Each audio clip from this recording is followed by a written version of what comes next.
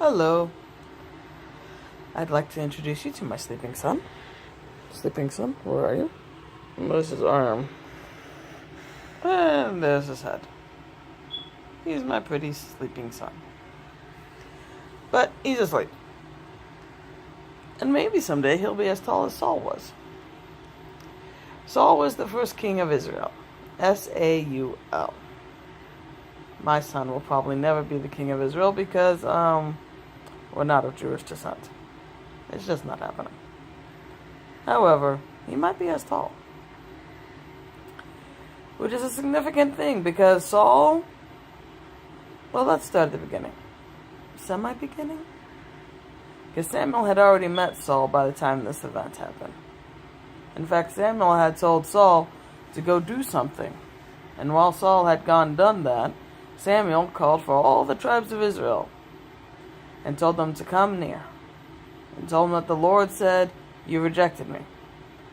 And the people said, "No, we haven't rejected you. We just want a king." Okay, all the tribes come near. And once all the tribes came near, Samuel, the prophet, chose the Benjamites. And then the Benjamites took their families one by one near. And the Matri family, I don't think I said that right, but the Matri family was the family chosen. And out of the Matri family, Saul was chosen. But nobody could find Saul. So they prayed to the Lord and said, "Lord, where is Saul?" And the Lord said, "He's hiding in the stuff." If you think about it, you got 12 tribes of Israel. And these aren't small little family get-togethers where the families only have 1 or 2 children. We're talking about where families have a dozen and they think it's pretty small. So, okay, maybe not small, but at the same time, having a dozen kids was apparently not too unusual,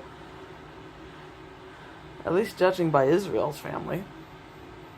Because Israel had 12 children, 12 sons, and some daughters.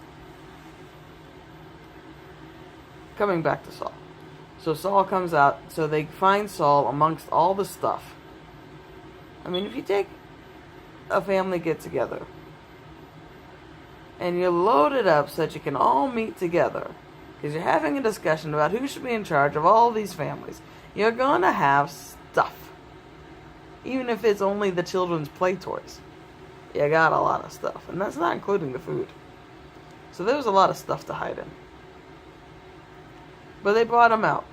And they stood him in front of everybody else. And everybody looked up to Saul.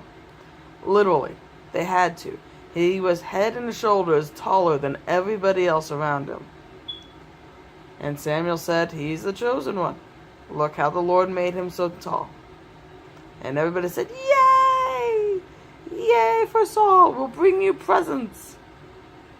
Except for one family that said, "That guy?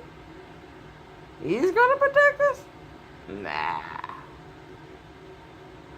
So while I wish my son to be as tall as Saul, I'd like him not to have many of the problems that Saul had.